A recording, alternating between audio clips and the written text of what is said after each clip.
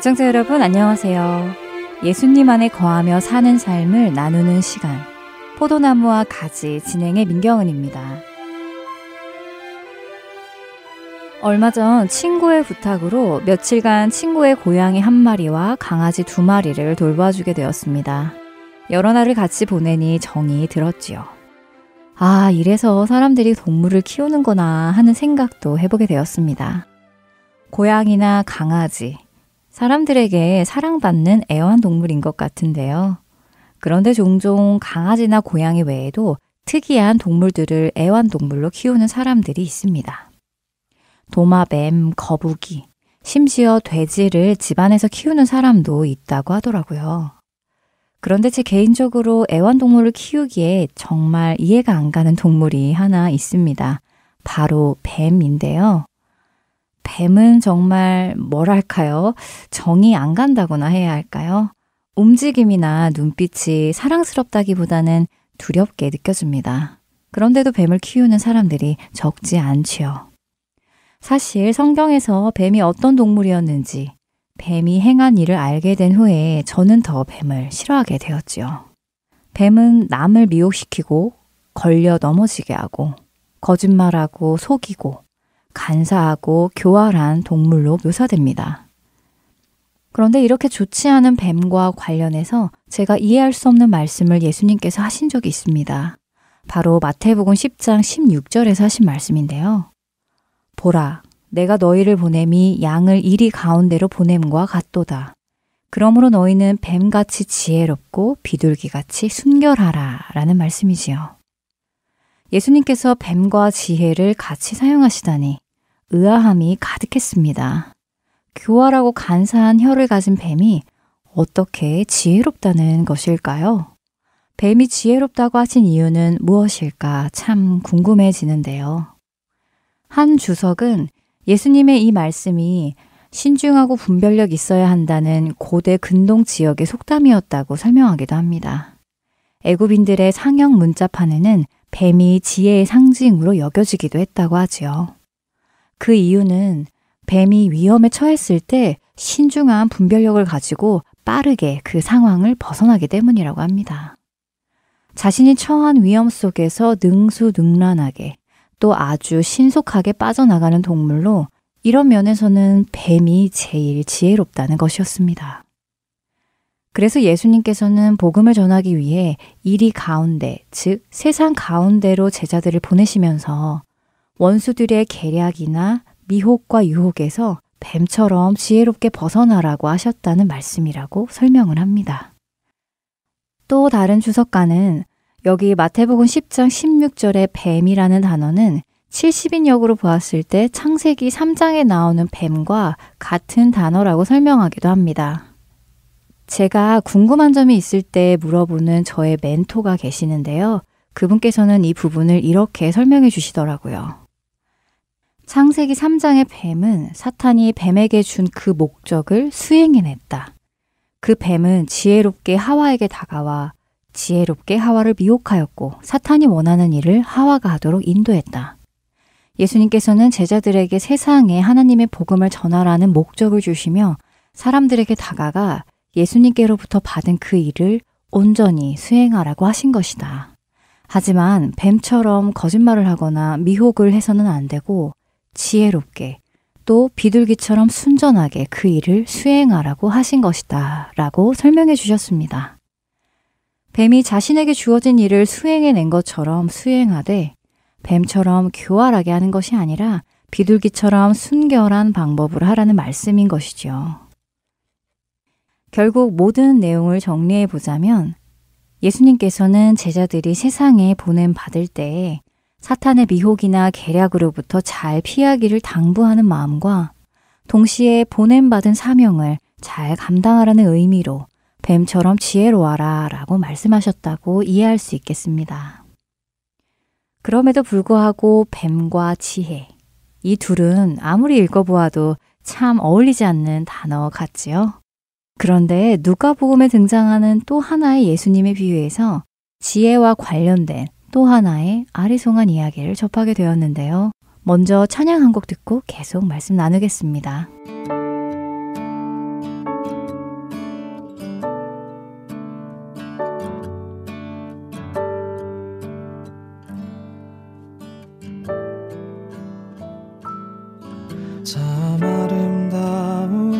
것이라 주님의 세계는 정말로 내가 나갔고 솔직할 수 있는 곳 조금이라도 내 의라 말할 수 없는 이곳은 바로 주님의 세계라.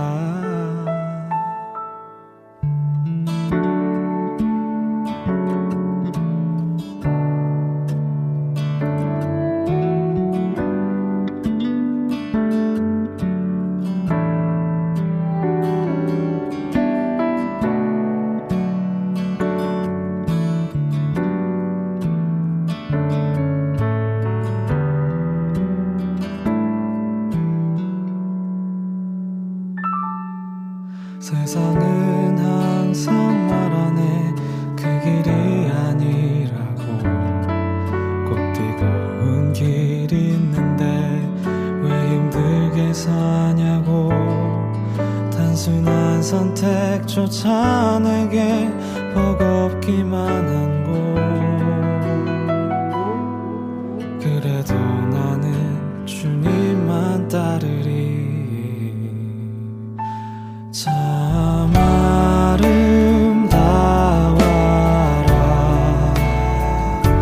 주님의 세계는 저 솔로몬의 옷보다 더 고운 백화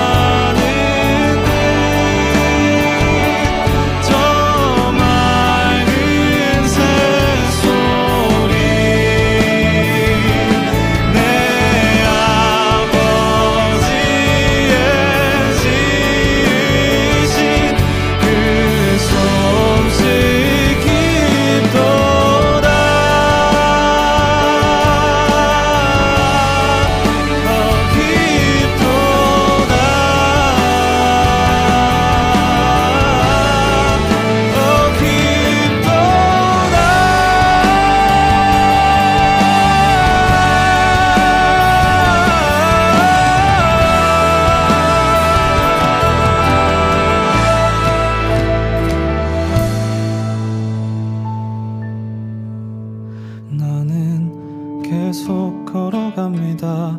수없이 넘어져도 사람들의 방향과는 조금 다르다 해도 내가 가는 길이 주가 가르쳐준 길이니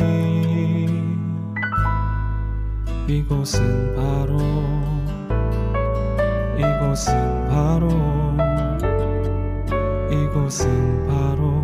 주님의 세계라.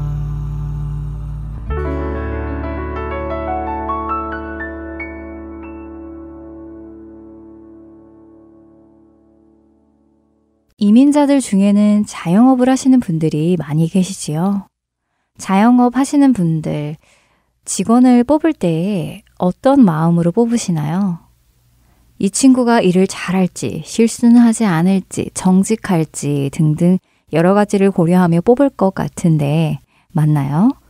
특별히 여러분 비즈니스의 재정을 담당하는 직원이 있다면 그 직원이 돈 관리를 잘하는지 점검하게 될 것 같습니다. 가끔 뉴스에서 누군가 회사 자금을 횡령했다는 소식을 볼 때면 제가 만일 그 회사의 사장이라면 마음이 얼마나 쓰릴까 싶습니다. 그리고 그 공금을 횡령한 직원이 너무도 미울 것 같은데요. 공금을 횡령한 직원을 칭찬하는 사장은 이 세상에 아무도 없겠지요. 그런데 뱀에게 어울리지 않게 지혜라는 단어를 사용하셨던 예수님께서 누가복음 16장에서는 자신의 재산을 낭비한 청지기를 지혜롭다고 칭찬하는 주인의 이야기를 해주십니다. 재산을 낭비했는데 지혜롭다며 칭찬한 주인. 이건 역시 참 어울리지 않는 조합이지요. 누가복음 16장 1절부터 8절까지 이야기는 예수님께서 제자들에게 한 비유를 설명하신 장면인데 요약하자면 이렇습니다. 어떤 부자에게 재산을 관리하는 청지기가 있었습니다. 그런데 그 청지기가 주인의 재산을 낭비하고 다닌다는 것을 알게 되었고, 주인은 곧장 그 청지기에게 일을 더 이상 할 수 없으니 나머지 일을 정리하고 그만두라고 말하지요. 그때 청지기는 일을 그만두고 뭐 해 먹고 사나 고민하는 중에 한 가지 아이디어가 떠오릅니다.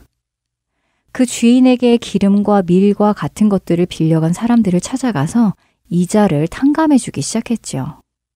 감람기름 100을 빌린 사람에게는 50을 빌린 것으로 새로 장부를 작성하고 밀 100섬을 빌린 사람을 80으로 고쳐주었지요. 그 주인의 입장에서는 황당하지 않았을까요? 자신이 받아야 할 몫을 그 청지기가 탕감해주면서 값을 다 깎고 있으니 말입니다.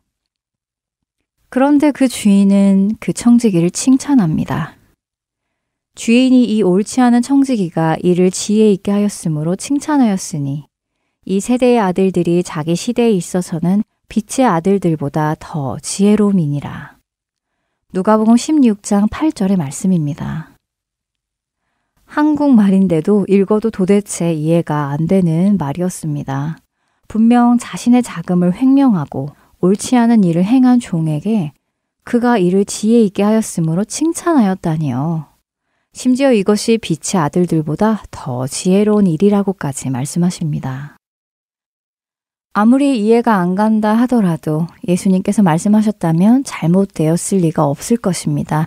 이해를 못하는 저의 문제겠지요. 쉽게 동의가 되지 않는 이 일을 칭찬하신 예수님의 참된 의도는 무엇이었는지 생각해 보게 됩니다. 그리고 예수님께서 칭찬하신 그 의도가 보이기 시작했는데요. 주인은 그가 한 나쁜 일을 칭찬한 것이 분명히 아닙니다. 주인이 칭찬한 것은 이 나쁜 청지기가 자신이 처해진 상황을 깨달은 것입니다. 신속하게 생각하고 자신의 처지를 분별할 수 있었지요. 자신은 이제 일자리를 잃을 것이고 먹고 살 방도가 없다는 현실을 분명하게 인지한 것입니다. 에이, 어떻게든 되겠지. 산 입에 거미줄 치겠어? 하며 태평하게 있지 않았지요. 자신의 현실을 깨달은 청지기는 그 현실을 벗어날 방법을 생각해냅니다. 그리고는 그 방법으로 주인에게 빚진 자들을 찾아가 그들의 이자를 탕감해 주므로 그들과 친분을 맺는 것이었습니다. 그렇게 그들과 친분을 맺어두면 자신이 청지기의 일을 그만두었을 때에도 그들에게 도움을 받아 살 수 있도록 준비를 해둔 것이지요. 주인은 청지기가 옳지 않은 일을 한 것을 칭찬한 것이 아니라 바로 이 모습, 곧 자신의 처지를 잘 알고 그 처지에서 벗어날 미래를 준비한 것이 지혜 있게 행동한 것이라고 칭찬을 한 것입니다. 자신에게는 시간이 얼마 없고 조금이나마 능력이 있을 때에 방법을 간구한 것이지요. 자신이 아무것도 할 수 없는 그 때를 준비하는 것, 이것이 지혜 있는 행동이라고 칭찬하는 것입니다. 그런데 반대로 빛의 아들들, 즉 구원에 이르는 성도들은 훗날을 준비하고 있지 않는 것이었습니다. 복음은 자신의 처지를 깨달은 사람에게만 전해지는 기쁜 소식입니다. 자신이 죄인이고 자신의 죄가 자신을 영원한 죽음으로 인도할 것을 알지 못하는 사람은 죽음 이후의 세계를 준비하지 않겠지요. 뱀이 자신의 위기 상황에서 신속 정확하게 잘 빠져나가는 것, 자신에게 주어진 사명을 감당해내는 것, 옳지 않은 청지기가 자신의 미래를 준비하는 것, 이 모든 것이 지혜로운 일이라고 말씀하십니다. 우리는 어디에 신경을 쓰며 살아가고 있나요?